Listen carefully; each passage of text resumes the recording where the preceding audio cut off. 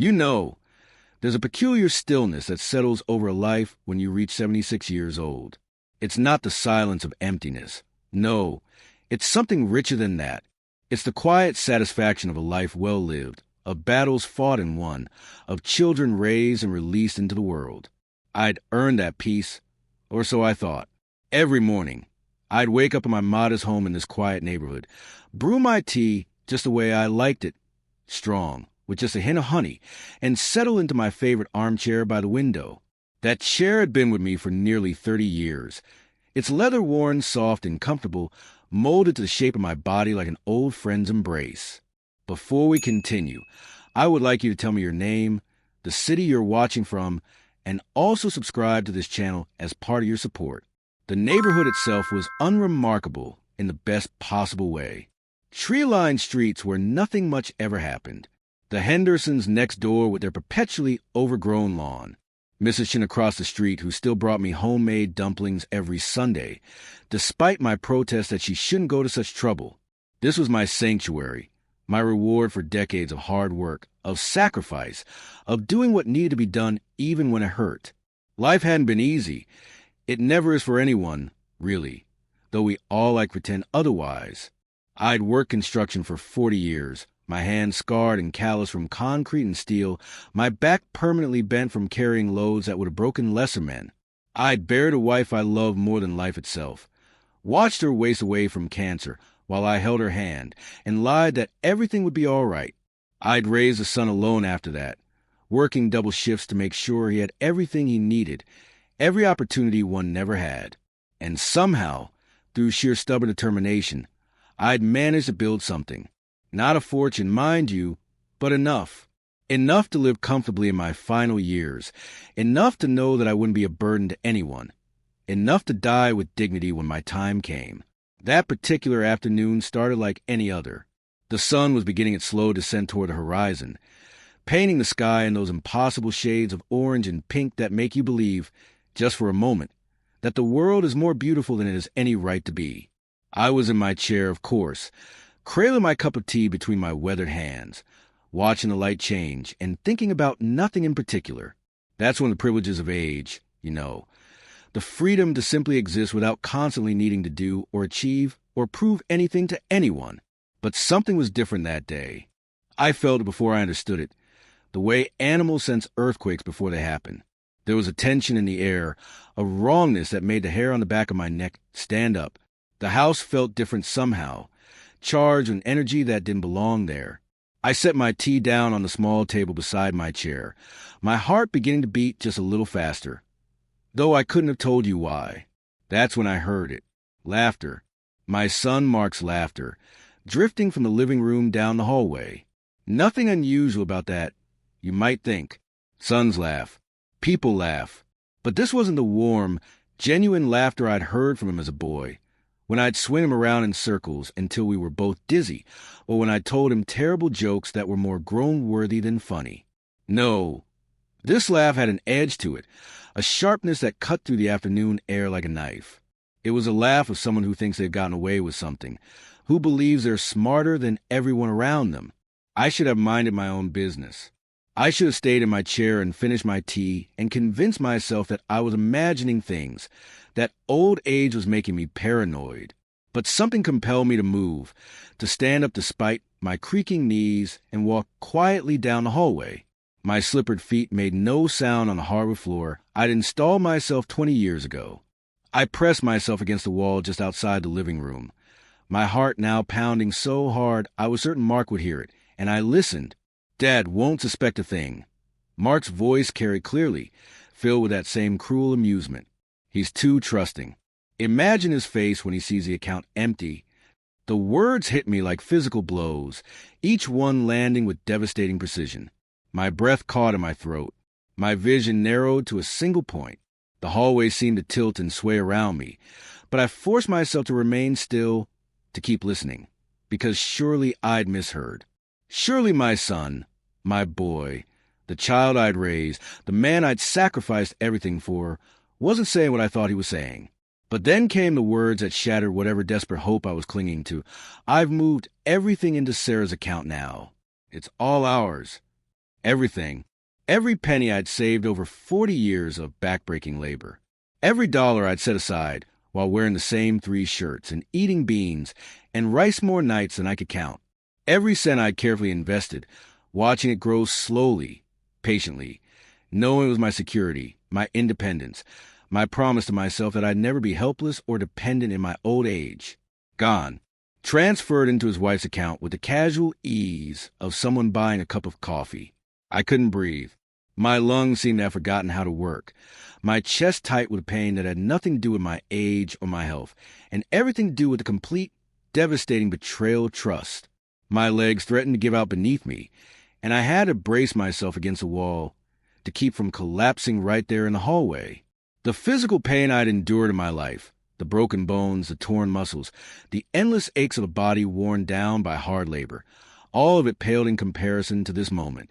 This was a different kind of agony, one that struck at something far more vulnerable than flesh and bone. How could he do this to me? The question echoed in my mind, over and over, like a record stuck in a groove. How? When? Why? I'd given him everything. Everything. When his mother died and left us both shattered, I'd held him together while falling apart myself. I'd worked those double shifts, come home exhausted to help with homework I barely understood, attended every school event even when I was so tired I could barely see straight. I'd paid for his college education, watching my savings dwindle but telling myself it was worth it, that this was what fathers did. When he wanted to start his own business, I'd helped him, given him seed money I could barely afford to spare, co-signed loans that made my accountant wince. And Sarah, Sarah, I'd welcomed her into our family with open arms, treated her like the daughter I never had. When they'd had problems with their first house purchase, I'd helped with the down payment. When their business hit rough patches, I'd been there with financial support, always with a smile, always telling them not to worry about paying me back. That family helped family. She played her part so perfectly. The sweet, devoted daughter-in-law who called me Dad and brought me soup when I was sick and remembered my birthday with thoughtful cards and small gifts. How naive I had been. How utterly, completely foolish. My mind began racing through memories, re-examining every interaction with new, suspicious eyes. All those times Mark had seemed concerned about my finances, asking detailed questions about my accounts, my investments, my retirement plans. I thought he was being a good son, making sure his old man was secure. The way Sarah would always encourage these conversations, chiming in with her own worried questions about whether I had enough, whether I considered this scenario or that one. I'd been touched by their concern, grateful that they cared. And then there was that day, maybe a year ago now, when Mark had sat me down at my kitchen table, his expression serious, almost somber. "Dad," he'd said, "we need to talk about something important." I'd felt a flutter of worry. Was something wrong? Was he sick? Was their marriage in trouble? But no. He'd explained. He just wanted to make sure I was protected. What if something happened to me? What if I had a stroke or a heart attack and couldn't manage my own affairs? Wouldn't it be smart, wouldn't it be prudent to add him as power of attorney on my bank accounts? Just as a precaution, just in case. "It's just for emergencies, Dad," he'd assured me, his hand on my shoulder what I thought was a gesture of filial concern. "God forbid anything should happen, but if it does, I need to be able to take care of things for you. Pay your bills, manage your money, make sure you're taken care of." It had seemed so reasonable, so sensible. What father wouldn't want his son to be able to help in a crisis? I'd signed the papers without hesitation. Trusted him completely, never once imagining that this power I'd freely given him would become the weapon he'd use to destroy me. The thought of it now made me physically ill. I'd hand him the keys to everything I owned, everything I'd worked for, and he'd taken them with a smile on his face and betrayal in his heart. I don't know how long I stood there in that hallway, my body rigid against the wall, my mind spiraling through decades of memories now tainted by this revelation. Time seemed to have lost all meaning. The phone call must have ended at some point because I heard Mark moving around in the living room, heard the clink of ice in a glass as he poured himself a drink, probably the expensive whiskey I kept for special occasions. I thought bitterly, and I heard him humming. Actually humming. pleased with himself, satisfied with his deception. Somehow, I made my way back to my armchair. My legs moved mechanically, one foot in front of the other, though I felt disconnected from my body, as if I were watching someone else walk, someone else lower themselves into that familiar leather seat. My tea had gone cold, and I stared at it without really seeing it. The beautiful sunset I'd been admiring earlier now seemed like a mockery, all that beauty and light in a world that had just revealed itself to be far darker than I'd imagined. The hours that followed were the longest of my life, and I've lived through some dark times. I sat there in my chair, not moving, barely breathing, while my mind worked through the implications of what I'd heard. Everything was gone. My security, my independence, my future, all of it stolen by the person I trusted most in the world. What would I do? How would I survive? I was 76 years old, too old to work, too old to start over. The thought of having to ask for help, of being dependent, of being a burden. It was everything I'd worked my entire life to avoid. But beneath the fear and the shock, something else was growing. Something harder, colder, more determined. Anger, yes, but more than that. A resolve that came from some deep, primal place I didn't even know existed in me anymore. I hadn't survived 76 years, hadn't endured everything I'd endured, hadn't built what I'd built, only to be taken down by my own son. I wasn't going to be a victim. I wasn't going to roll over and accept this betrayal. As the sun finally disappeared below the horizon, and the room grew dark around me, I began to think, to plan. Mark thought I was too trusting, too naive, too old to fight back. He'd underestimated me, and that would be his mistake. I'd worked too hard, sacrificed too much, to let it all slip away without a fight. The question wasn't whether I would fight back. It was how. I heard Mark leave the house sometime around 8 o'clock, calling out a casual "Bye, Dad," as if nothing in the world was wrong, as if he hadn't just stolen everything from me. I didn't respond. I just sat there in the darkness, my mind working, my heart hardening. And then, hours later, it must have been close to midnight, I heard his key in the lock. He was back, probably having had dinner with Sarah, probably having celebrated their successful theft over wine and dessert. The front door opened, and I heard his footsteps in the hallway, heard him pause, probably noticing that all the lights were off. "Dad," he called out, his voice carrying that note of false concern he did so well. "You okay? Why are you sitting in the dark?" I didn't answer immediately. I let the silence stretch, let him come closer, let him reach for the light switch. And when the room flooded with harsh electric light, revealing me sitting there in my chair, he stopped. Something in my posture, in my expression, must have told him that things had changed. "Dad," he said again, less confident this time. "What's wrong? Are you feeling all right?" I looked at him, really looked at him, for what felt like the first time in years. When had he become this person? Where was the boy I'd raised, the child who cried when we found an injured bird in the backyard and insisted we try to save it? Where was the teenager who'd hug me tight on Father's Day and thank me for being the best dad in the world? Had that person ever really existed? Or had I just seen what I wanted to see, created a fiction in my mind to replace the reality of who my son actually was? He was standing there in his expensive suit, paid for, I realize now, probably with my money, his hair perfectly styled, his watch gleaming on his wrist. He looked successful, confident, like a man who had the world figured out. But I could see the confusion in his eyes now, the uncertainty as he tried to read my expression, to understand why I was looking at him the way I was. "Come in, Mark," I said finally, my voice steady despite everything. "Sit down. We need to talk." He hesitated, and in that hesitation, I saw a flicker of fear. Good. He should be afraid. He moved into the room slowly, taking the seat across from me, the same seat where we'd had so many conversations over the years, about his schoolwork, his career choices, his wedding plans, his business ventures. All those talks where I'd offered advice and support and encouragement, never suspecting that he saw me not as a father to be honored, but as a resource to be exploited. "What's this about, Dad? You're kind of freaking me out here." I let the silence hang between us for a moment longer, watching him squirm, watching his false confidence begin to crack. And then I spoke, each word deliberate, Each syllable weighted with everything I knew, everything I felt. I heard you today, Mark. On the phone. I heard everything. The color drained from his face so quickly I almost felt sorry for him.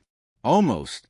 His mouth opened and closed like a fish gasping for air, and I could see his mind racing, trying to figure out what to say, how to explain, how to lie his way out of this. For a moment, I thought he might try to deny it, to gaslight me into thinking I'd misunderstood or imagined what I clearly heard. But something in my eyes must have told him that wouldn't work. Dad, I can explain, he started, but I held up my hand, cutting him off. Don't, I said, and the steel in my voice surprised even me. Don't insult me further by trying to lie your way out of this. I heard you, Mark. Crystal clear. Every word. How you moved all my money into Sarah's account. How you laughed about me being too trusting. How you couldn't wait to see my face when I discovered the account was empty. He was stammering now, his composure completely shattered. It's not. I mean, we were just... Dad, you don't understand. Oh, I understand perfectly, I interrupted, and I found myself standing up, my body moving without conscious thought, my finger pointed at him like a weapon. I understand that my son, the boy I raised, the man I trusted with everything, decided that stealing from his own father was acceptable. I understand that while I was sitting in this house, thinking about how grateful I was to have you in my life, you were plotting to take everything I'd worked for. We needed it. Mark burst out, and there it was, not remorse, not shame, but justification. Dad, you don't know what it's like out there. The business is struggling. We have bills, responsibilities. You're just sitting on all that money, not doing anything with it. We needed it more than you do. The audacity of it took my breath away. The sheer, stunning arrogance to not only steal from me, but to act as if he were somehow entitled to it, as if my life savings were just sitting there unused and therefore fair game. I felt my anger crystallize into something cold and hard and utterly unforgiving. You needed it, I repeated slowly. You needed my money, the money I earned breaking my back for 40 years, the money I saved by denying myself comforts and luxuries, the money I set aside to ensure I wouldn't be a burden to anyone in my old age. You needed that more than I do. Dad, you have the house. You have your pension. It's not like you were going to starve. Get out, I said, my voice quiet but absolute. Get out of my house right now, before I do something we'll both regret. Mark stood up, and I saw panic flash across his face. This wasn't going the way he'd expected. I was supposed to be the understanding father, the one who always forgave, always gave second chances, always put his needs first. But that father was gone, killed by the sound of his son's laughter as he bragged about stealing from me. Dad, please, just listen. I said, get out. I roared, and I heard my voice crack with the force of my rage. You're not welcome here anymore. You and Sarah have made your choice, and now you'll live with the consequences. He backed toward the door, still trying to speak, still try to explain or justify or somehow make this better. But I'd stopped listening. I couldn't bear to hear his voice anymore. Couldn't stand the sight of him in my house, the home I'd built with my own hands, the sanctuary he'd violated with a betrayal. When he finally left, the door closing behind him with a soft click that seemed to echo through the empty house, I collapsed back into my chair. My hands were shaking. My heart was racing, and for a moment I thought I might actually have the heart attack Mark had supposedly been protecting me against. But I forced myself to breathe, to calm down, to think clearly despite the maelstrom of emotions raging inside me. That night, I didn't sleep. I couldn't. I sat in my chair as the hours crawled by, my mind working through everything that had happened, everything I'd learned, and slowly, piece by piece, I began to formulate a plan. Because Mark had made one critical mistake in his scheme. He'd assumed I would be helpless, that discovering the theft would leave me broken and defeated. He'd underestimated his old man. The next morning, as soon as the bank opened, I was there waiting. The manager, Mrs. Patterson, had known me for 20 years, and when I explained the situation, carefully, methodically, with documentation I gathered through a sleepless night of searching through my files, her face went pale with shock. Mr. Henderson, this is fraud. This is a criminal matter. I know, I said calmly, and I want to press charges. But first, I need you to freeze those accounts. All of them. I need that transfer blocked, and I need my son's power of attorney revoked immediately. She nodded, already reaching for her phone, already calling security and the legal department. The wheels were in motion now, and there was no going back. Mark and Sarah would wake up this morning thinking they'd gotten away with it, thinking they were safe. They had no idea what was coming. By noon, I was sitting in a police station, filing a formal complaint. By 2 in the afternoon, detectives were at Mark's office, asking him very uncomfortable questions. By 5, Sarah was in custody, and Mark was calling me, his voice frantic, desperate, nothing like the confident man who'd laughed about my trust. Dad, please, you haven't dropped the charges. Sarah's terrified. They're talking about prison. This is going too far. Too far. I said, my voice cold. You stole from me, Mark. You took everything I had and laughed about it. And now you're facing the consequences of your actions. For the first time in your life, you don't get to be rescued by your father. I'm sorry. I'm so sorry, Dad, please. We made a mistake, a terrible mistake, but we'll pay it back. Every penny. Just don't do this. Where was this remorse yesterday, Mark? Where was it when you were transferring my money? When you were celebrating with your wife? Your apology means nothing now. You're not sorry you did it. You're sorry you got caught. He was crying now. Actually crying, pardon me, the part that remembered holding him as a baby, teaching him to ride a bike, sitting beside his hospital bed when he had pneumonia at age 7. That part wanted to forgive him, wanted to make this all go away. But I couldn't. I wouldn't. Because if I did, if I let this slide, then everything I'd worked for, everything I believed in would mean nothing. The money is being returned to my account, I continued. The bank has frozen Sarah's account and reversed the transfer. But the criminal charges stand. You betrayed me in the worst possible way, and you're going to face justice for that. Dad, please. I hung up. My hands were steady as I set the phone down, steadier than they'd been in days. It was done. The betrayal, the discovery, the confrontation, the reckoning, all of it done. Mark and Sarah would face trial. They might go to prison. Their lives would never be the same, and neither would mine. As I sat in my chair that evening, watching another sunset paint the sky in those impossible colors, I felt something I hadn't expected to feel. Not relief, not satisfaction, not even sadness. What I felt was emptiness. A vast, hollow space where my son used to be, where my trust used to live, where my hope for the future used to reside. The money was back in my account. Yes, justice would be served. But I'd lost something far more valuable than any bank balance could measure. I'd lost my son, not to death or distance or time, but to greed and betrayal, and the kind of moral corruption I never imagined could take root in someone I'd raised. And no amount of money, no prison sentence, no apology could give that back to me. The neighborhood outside my window went about its business as always. Mrs. Chun was tending her garden. The Hendersons' lawn remained overgrown. Nothing had changed out there, but everything had changed in here, in this house, in this chair, in this heart that had been broken in a way I never thought possible. I'm 76 years old, and I've learned a terrible lesson far too late in life. Sometimes the people we trust most are the ones most capable of destroying us. Sometimes the love we give freely is taken and twisted into something dark and ugly. Sometimes doing the right thing means losing everything that matters. But I'd do it again. God help me. Even knowing how the story ends, even feeling this emptiness, I'd do it all again. Because the alternative, letting them get away with it, teaching them that betrayal has no consequences, becoming the helpless victim they thought I was, that would have been worse than any loneliness, any grief, any loss. I took a sip of my tea, cold again, always cold these days, and watched the sun disappear below the horizon. Tomorrow would come, and the day after that, and all the days after that, I would wake up in this house, sit in this chair, live whatever life remained to me, but I would do it with my dignity intact, with my self-respect preserved, with the knowledge that when tested, I didn't roll over and accept defeat. That's something, I suppose. In the gathering darkness, With the echo of my son's betrayal still ringing in my ears, I tell myself that's enough. It has to be, because it's all I have left.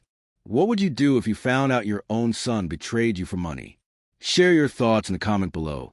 And don't forget to hit like and subscribe if you want to hear more stories of shocking betrayal and how they were overcome. Also, let me know where you're watching from. I'd love to connect with you all.